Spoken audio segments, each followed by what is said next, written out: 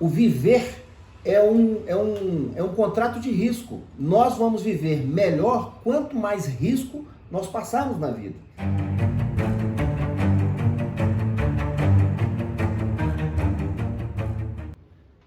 Olá pessoal, estou tendo a grata satisfação de receber meu amigo, meu irmão, Júlio César Mendes Pereira, psicólogo, psicanalista. Seja bem-vindo ao Interlocução Brasil. Obrigado, Mauro. Qual a sua história, qual a sua trajetória? Diga para o internauta. Mauro, eu sou nascido em João Monlevade, uma cidade próxima aqui, cidade pequena, né?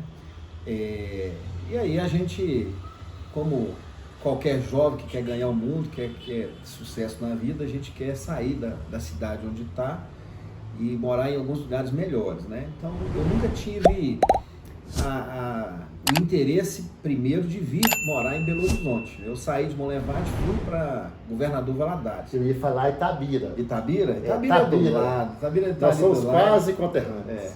Itabira eu ia muito de bicicleta lá passeando em Itabira, né?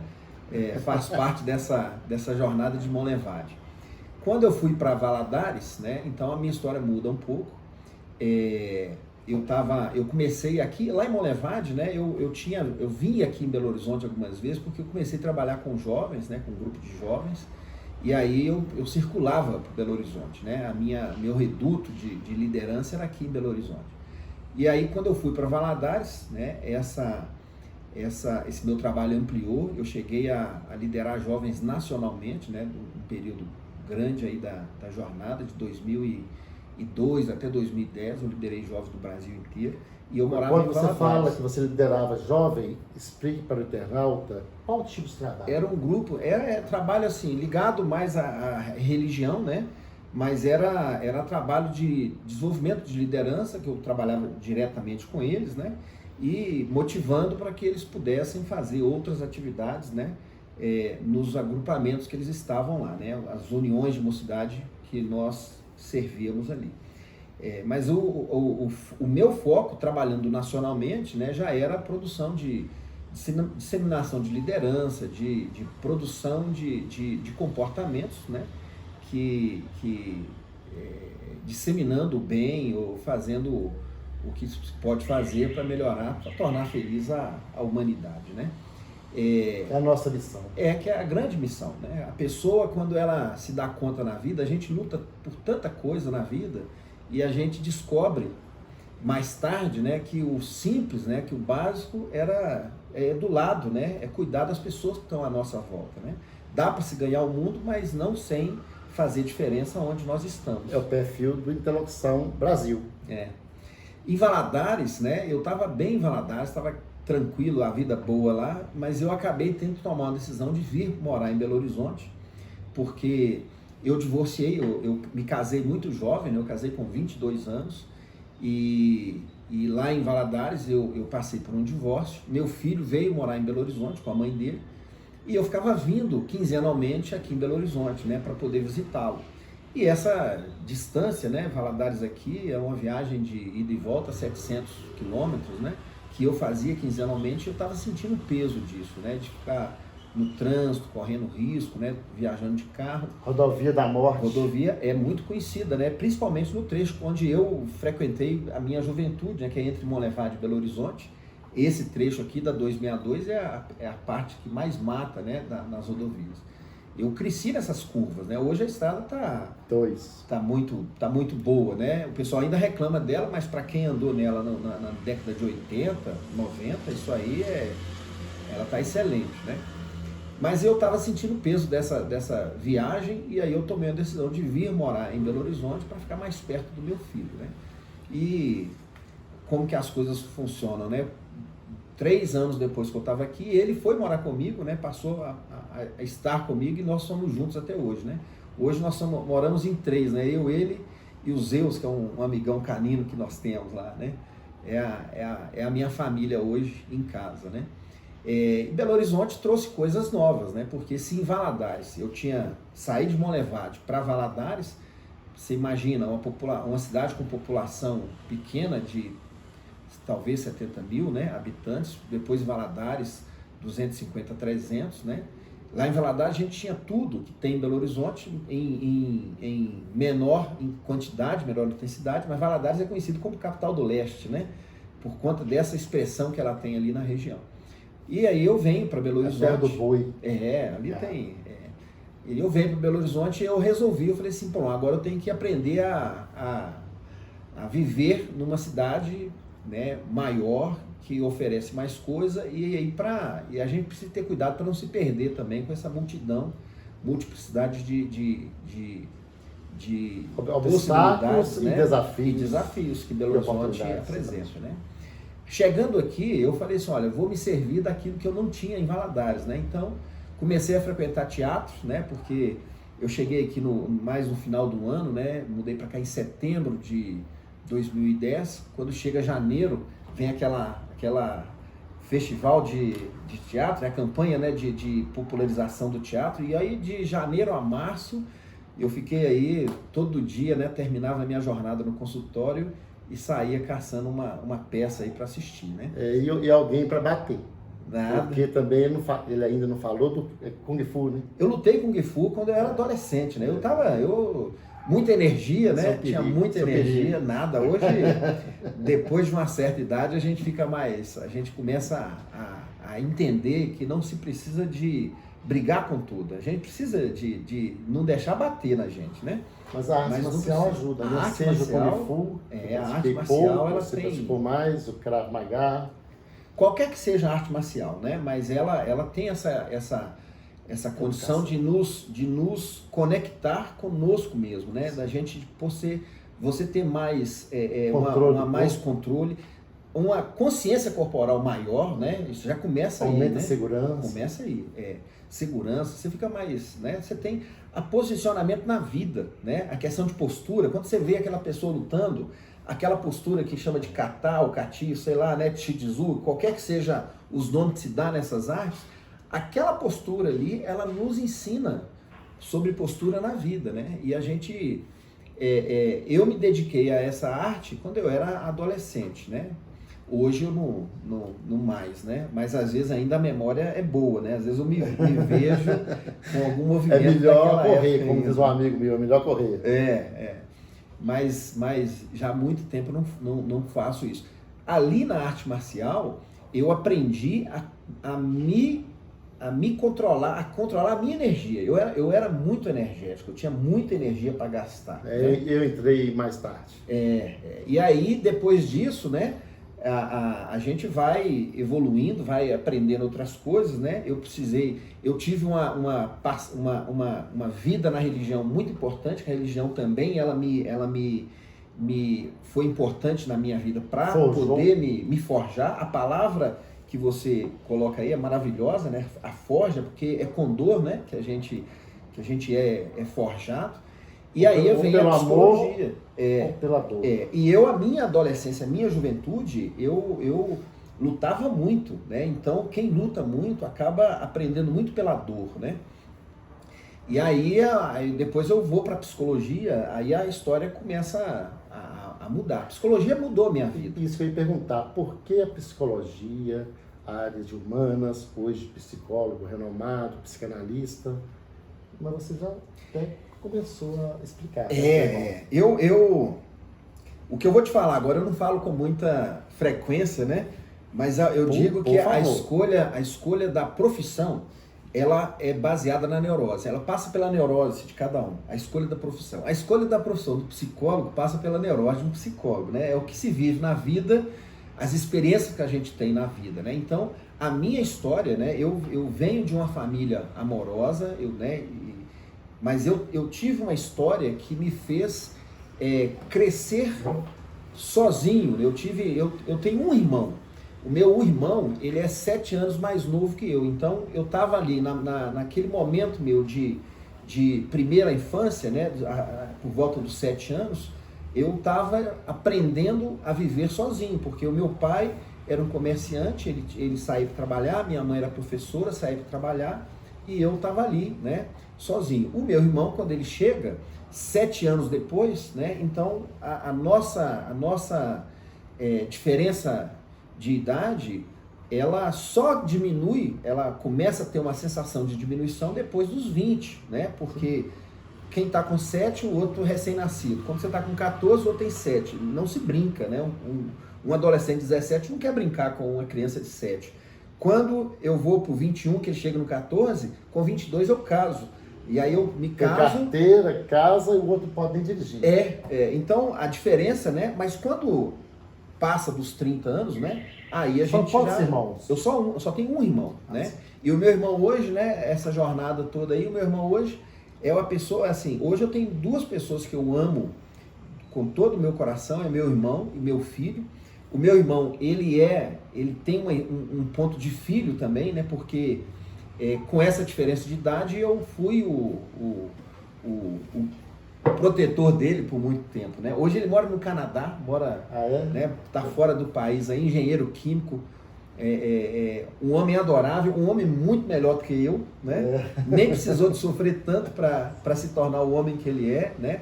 Já que nós falamos aqui de amor e dor, né? Eu aprendi mais pela dor, ele sempre foi uma pessoa muito mais amorosa, né? Então ele estava anos luz à minha frente, né? Nesse ponto aí. Eu precisei estudar psicologia para tentar chegar próximo do meu irmão, né? Eu amo esse homem, né? Hoje ele está aí com uns 40 e poucos, né? Novinho, menino ainda. Tá velho, ainda não, é menino. Menino. A minha mãe, ela teve uma inspiração com os nomes, né? Porque eu sou Júlio César, nome de imperador, nome forte, né? E a minha história, eu falei com você que a minha juventude eu estava gastando muita energia, né? Eu tinha muita força, o imperador, né? Com o nome de imperador você tem que ter força, né? General, né? O Camões, meu irmão chama Camões, né? Então ele já é um cara da literatura, né? Um cara da sutileza, da beleza, né? O poeta Luiz Vaz de Camões, a origem, né? Intelectual. Mas existem também, eu estou citando aqui as referências grandes dos nossos nomes, mas tem as mais sentimentais, né? Júlio César, a minha avó chamava Júlia, então ao mesmo tempo que eu tenho o nome de imperador, eu tenho o nome de mulher, né? Porque a minha avó, a matriarca da família da minha mãe, a família da minha mãe é uma família marcada por mulheres, né? A minha avó, minha bisavó, Júlia, né? Foi uma mulher que criou a família sozinha. A minha avó, Floripes, também passa por isso. Vem a minha mãe não, ali parece já Maria Auxiliadora, Dorinha, ela é muito conhecida lá em Monlevade como Dorinha, né? Dorinha da Luanda, que era o bairro lá que ela morava lá, né? E o meu pai, comerciante, né? Então, você vê que a família da minha mãe era uma família mais de mulheres. Hoje eu tenho aqui em Belo Horizonte, né? Recentemente eu me mudei aqui em Belo Horizonte, bairro Cidade Nova, para morar perto da minha tia, que é irmã da minha mãe, né? Muito ligado aos valores familiares, isso é uma coisa que a gente eu descobri, né? Minha mãe morreu, já tem quase 20 anos, né? 18 anos que minha mãe morreu em 2005.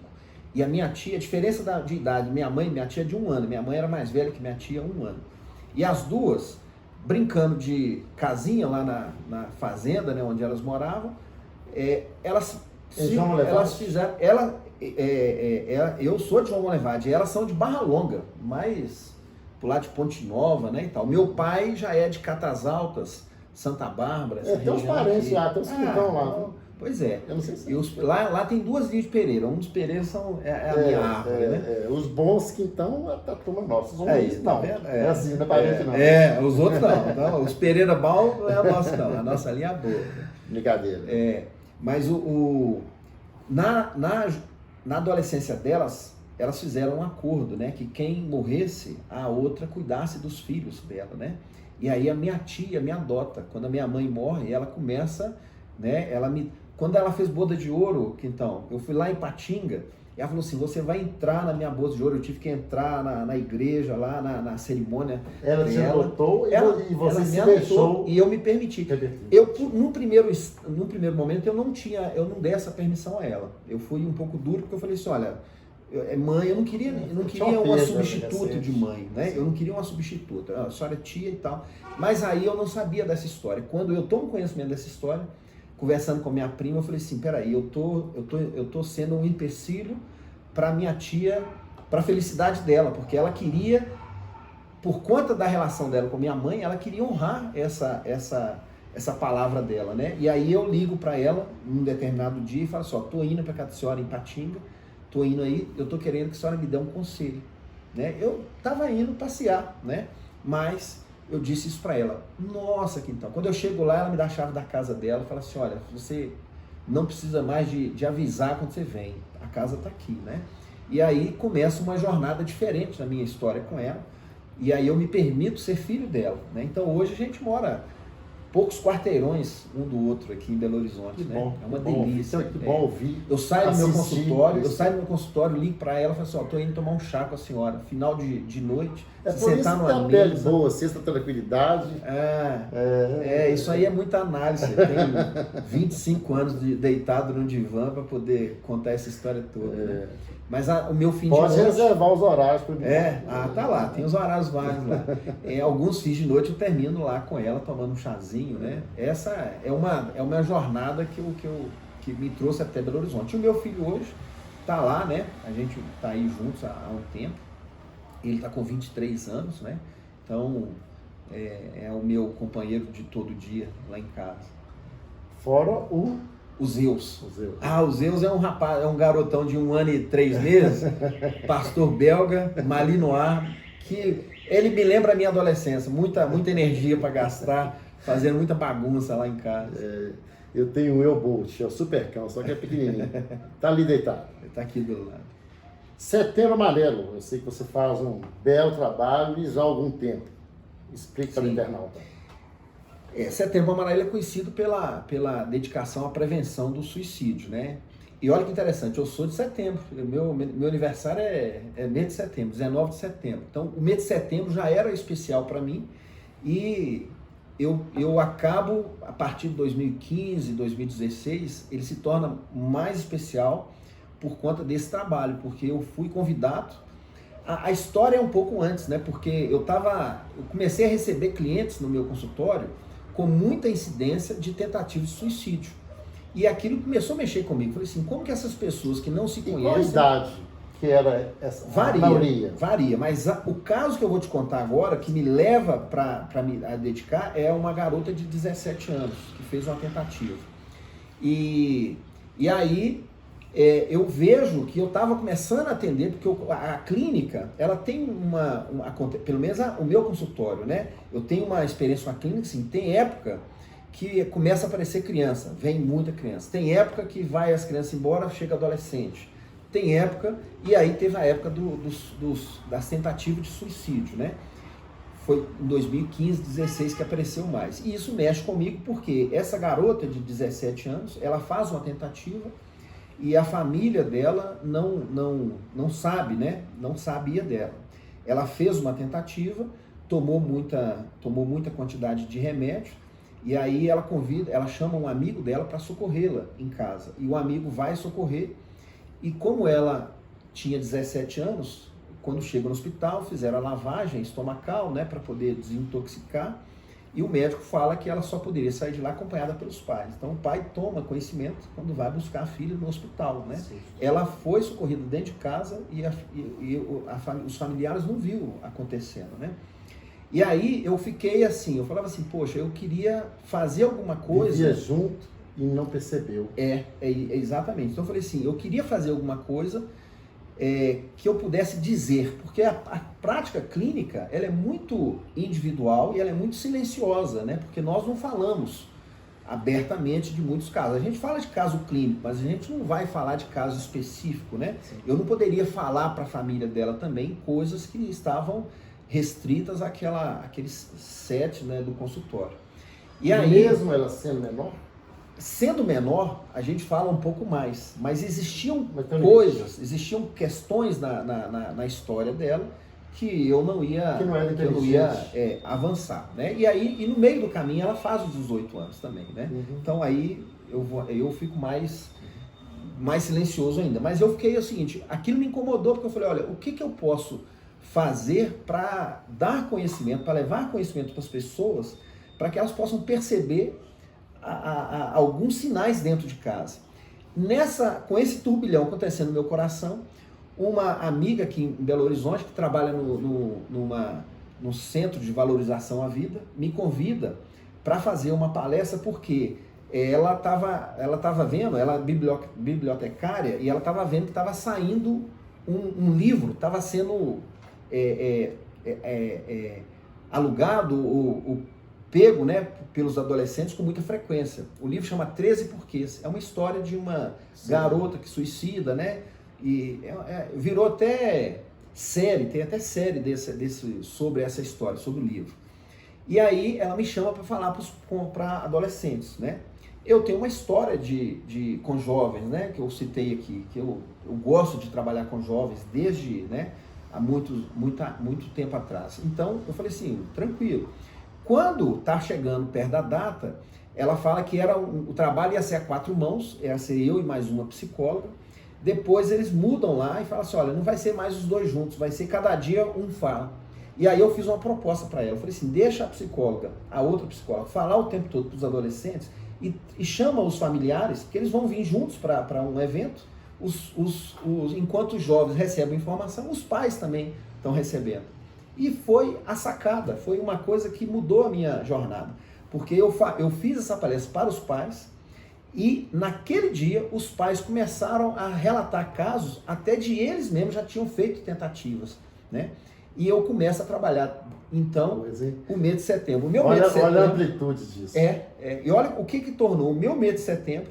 Eu paro a minha agenda para qualquer convite para falar sobre suicídio. Eu vou em escola, vou aonde que for. Sábado passado agora eu estava sentado na Praça Floriano Peixoto, ali na esquina da Contorno com a Avenida Brasil, sentado ali com a camisa amarela, com vários jovens batendo papo sobre suicídio e as questões emocionais, né? Eles estavam falando de depressão, eles levaram as questões dele, né? E eu estava ali naquele bate-papo com eles.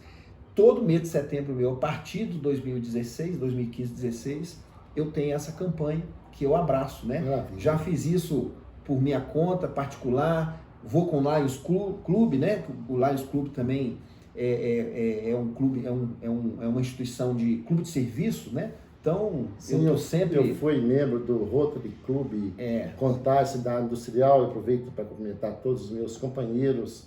Eu me afastei há algum tempo, mas aprecio muito o trabalho. São clubes. O nosso trabalho, né? São instituições que estão aí promovendo algum bem para a sociedade e a gente precisa de juntar forças com eles, né? Sim. E eu faço isso no mês de setembro com o Lions Club e com outras instituições. Papel e importância da sua profissão no mundo atual. Você já falou um pouco. A psicologia sempre vai ter um grande papel, porque a humanidade, né, nós estamos falando do ser humano, né, do homem, e a humanidade é isso, né? Então o homem muda pelo seu tempo, né? E a psicologia vai avançando, né? A minha clínica hoje... E a sociedade muda constantemente. A minha clínica hoje é diferente do Freud, né? Freud não atendeu pacientes com depressão na clínica dele, ele atendia melancolia, né? O mundo mudou. Para ficar fácil, né, para todo mundo entender, melancolia é um estágio grave de depressão, mais grave. Naquela época, as pessoas, elas eram mais, parece que elas suportavam mais, elas davam conta de mais pancada, né? Elas suportavam mais. Então, a depressão era uma temporada que você ficava nela ali e saía. O problema não é você entrar em depressão, o problema é sair. Será que é porque, na época, tinha menos informação, imagino eu, do que hoje? Hoje a gente vive num mundo onde eu pego o celular, aqui, até cumprimento quem eu visitei, os nossos irmãos, doutora Lívia e Victor, para quem eu mando um abraço. E se eu compartilhar agora, isso sai, roda o mundo. Exatamente. Antigamente era nesse sentido que eu digo mesmo, informação. É interessante você falar disso. Tem a ver? Claro, tem a ver. Isso foi trabalhos, eu fiz trabalho de pós-graduação com base nisso, né? Uma das pós-graduações que eu fiz foi em psicanálise na atualidade, né? E eu fiz um trabalho baseado no laço social. A gente estuda muito sobre o laço social, né? E para mim, né, tem uma marca, claro que eu não sou precursor, né? Eu estou fazendo essa leitura em cima de outros grandes escritores, né? Um deles mais da atualidade. Ele não é que ele é atual, ele já faleceu há pouco, né? Com 90 e tantos anos, é o Zygmunt Bauman, que é um sociólogo aí. Ele fala muito da modernidade líquida, né? E eu uso muito essa questão da modernidade líquida, da teoria dele, para marcar que em 95, aqui no Brasil, a gente estava... Desculpe, o que é modernidade líquida? Para o Bauman, ele coloca isso. No passado, as coisas eram mais sólidas. Mas agora, essa atualidade, terceiro milênio, e ele não fala, não é pelo terceiro milênio, mas no Brasil, eu uso a data de 95 porque é o ano em que a internet chegou para a população, não com o que é hoje, né? A gente naquela época usava linha de escada, Skype, você tinha que ficar depois da meia-noite para usar um pulso só, para não pagar a conta alta, né? Mas ali naquele ano, ela entra... Já foi um boom de informação. Já foi um boom, Ali ela entra para quebrar fronteiras, né? Então você estava ali à meia-noite no computador, alguém no outro lado do mundo, você estava conversando com ele.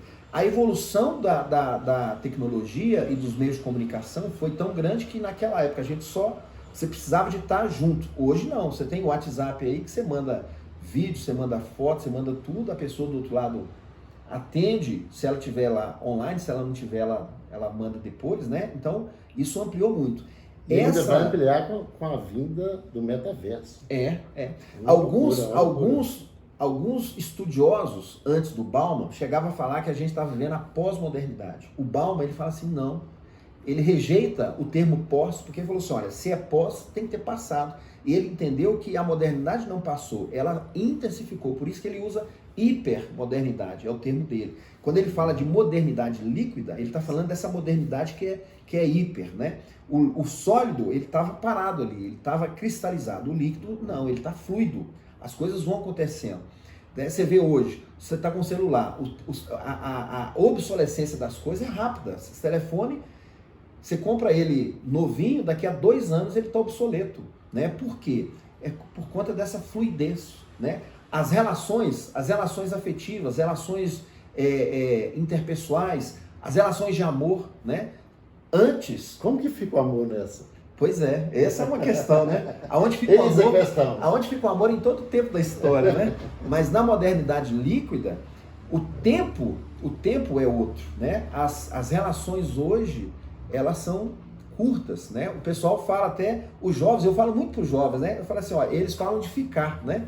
Mas na minha época, ficar era ficar. A gente senta aqui, eu fico aqui, você fica aí, né? O ficar é ir para eles. Na modernidade líquida, dessa fluidez, o ficar não é parado, não é parado, o ficar é em movimento, né? Quando eles falam assim, eu vou ficar com alguém, eles não estão falando que vão ficar parados, eles vão fazer alguma coisa, é fluido, é movimento. Então, isso tudo é uma consequência dessa modernidade, dessa evolução, e para usar a palavra que você usou, dessa inundação de informações. Hoje as pessoas têm muito mais informações do que nós. Se você pegar um adolescente de 15 anos hoje, ele tem muito mais informações do que nós tínhamos quando nós tínhamos 15 anos. Entretanto, eles estão muito mais desestruturados do que nós éramos quando nós tínhamos 15 anos. Olha que interessante. Eles têm mais informações, mas essa informação não se converge em algo consistente, em algo sólido, porque eles são líquidos. É isso, né? Então a modernidade muda isso. E a minha história é interessante, agora que você falando aqui, né, pra gente poder... Mas a evolução tecnológica, essa inundação tecnológica, no seu ponto de vista, é positivo?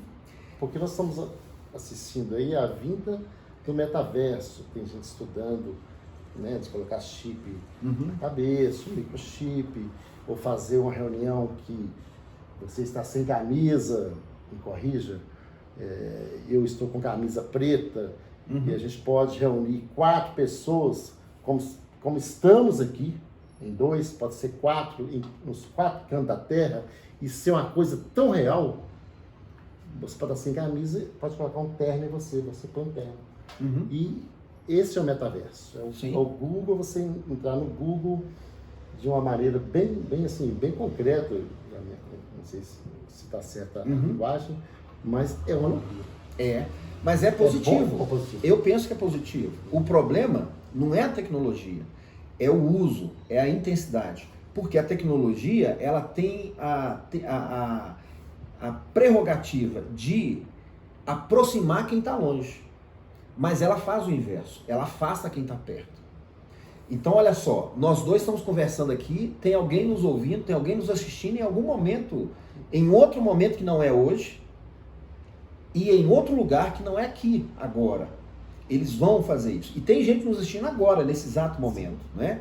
Então, isso é promovido pela tecnologia. Mas, se a gente desligar o pessoal de lá, e nós dois sentarmos aqui agora na mesa, eu ficar no meu telefone, você ficar no seu, estamos ainda com a mesma tecnologia, mas agora ela está nos afastando. Por quê? Porque nós estamos próximos e abrimos mão desse contato por alguma coisa que está no espelho, né? No online, que está do outro lado. Aquele outro ali, eu desligo ele. Na hora que alguma coisa me perturba, eu desligo e ele deleta, e está indo embora. Até o namoro, a aproximação, hoje dizem que é mais fácil e bem limpo, bem positivo, pelos aplicativos de namoro que antes não eram tão interessantes. Dizem que pelo aplicativo você aproxima mais das mulheres ou de algum companheiro que você deseja com mais facilidade do que ir em determinado bar, restaurante, boate e dar uma cantada. Mas olha que interessante, por que isso? Porque Sim. esse outro que está ali no aplicativo, ele não está aqui agora, né? Então a presença dele não me afeta, não me incomoda. Existe uma tela de proteção E ele já entre eu e aquele analisa, outro. já faz uma pré-análise antes de aproximar. Agora olha só, facilita, por exemplo, para pessoas que são tímidas, que são introvertidas, facilita, né? Facilita. Mas até que ponto que isso vai se concretizar e com boa relação, né? Porque se continuar nesse meio, não vai render muito, né? Você vai ali, imagina a tela, existe uma tela de proteção que vai estar no meio do caminho, né? Então, facilita sim essa aproximação, mas a gente precisa de tomar cuidado porque a gente precisa de aprender a usar a tecnologia até um determinado ponto e poder caminhar sem ela, né? Não ficar dependendo, é muleta, né? Não deixar ela ser a muleta. É fazer o desenvolvimento. Olha qual que é a minha história. Vivendo, convivendo e aprendendo. Olha a minha história. Quando eu era adolescente, 14, 15, 16, 17 anos, eu era introvertido. Hoje nós estamos conversando aqui, olhando, né, para as pessoas, faço palestra, né, enfrento uma multidão assistindo, mas eu teria tido esse problema na minha adolescência. Eu comecei a enfrentar isso, né? Você começa a falar um pouco para um aqui, você sofre tudo no corpo, né? Aquela coisa da timidez e tudo mais, você vai enfrentando isso. Sei muito bem. A tela de proteção hoje, ela não permite, se os meninos não tiverem esse enfrentamento com as questões deles, essa tela ela vai proteger demais, né? Porque ele não vai sair de trás dela. É proteger demais. Demais. Excesso. A tela de proteção, ela protege mais do que o devido. Imagina o que seria uma criança que viva numa redoma. A proteção, ela é importante, mas ela tem que ter um limite. O viver é um contrato de risco. Nós vamos viver melhor quanto mais risco nós passarmos na vida. Então, o que é o amadurecimento do ser humano? Ele nasce, ele aprende, ele cresce, e aí ele começa a ser exposto no mundo para que ele possa aprender a viver nesse mundo. E a gente, os pais, vamos ensinando os nossos filhos a que eles tenham autonomia. A tela de proteção, ela tem esse ponto. A gente precisa de usá-la para proteger, em certa medida, mas ela tem que sair fora para a gente poder ter autonomia de seguir na vida. Esse é o ponto que a gente precisa de tomar cuidado com a tecnologia. Isso até uma atenção que eu chamo para os pais aqui. Os nossos filhos... Pais, amigos, né? Os nossos filhos, se eles estiverem abaixo dos 20 anos, eles são filhos do terceiro milênio. Qualquer pessoa depois do ano de 95, como eu estava colocando aqui o marco, né? Ele nasceu nessa época. Ele não sabe o que é uma rede de escada, ele não sabe o que é um disque pizza. A palavra disque não tem sentido para ele, porque ele não sabe que aquele disque é derivado do disco do telefone que nós vimos nascer. Eles nasceram depois do telefone celular. Isso que está na mão dos nossos filhos não é nem um telefone celular, é um smartphone, é um computador, né? Eles são filhos dessa tecnologia. E isso não tem como a gente tirar deles. Tem muitos pais que são resistentes, falam assim, olha, não vai usar nada. Não faça isso, porque ele precisa de ter uma conexão com o tempo dele, com as pessoas da mesma faixa etária deles. O que eles precisam, o que essa sociedade, o que a juventude hoje carece e clama é por limite. Lembra que o mundo fluido, as coisas ficaram sem limites, né? A globalização rompeu aí os limites, as fronteiras dos países. Hoje nós conversamos, a gente vê o outro país num clique do telefone. Os nossos filhos estão clamando por limites. O que a gente precisa de fazer é só colocar limites. Deixa usar, mas põe limite. O limite é o que está faltando hoje. Entre os riscos e limites, nós vamos sobrevivendo nessa vida. Eu agradeço imensamente a sua participação no nosso programa Interlocução Brasil. Aos internautas, eu cumprimento, agradeço por nos acompanhar. Instagram, Interlocução Brasil, YouTube, tem um sininho. Siga os nossos trabalhos, site www.interlocucãobrasil.com.br. Participe. Eu também agradeço o privilégio de estar com você e conhecer aí os nossos espectadores. Espero que a gente possa ter feito alguma diferença na vida de quem estava conosco aí até agora. Obrigado pela participação de todos. Com certeza. Estamos juntos.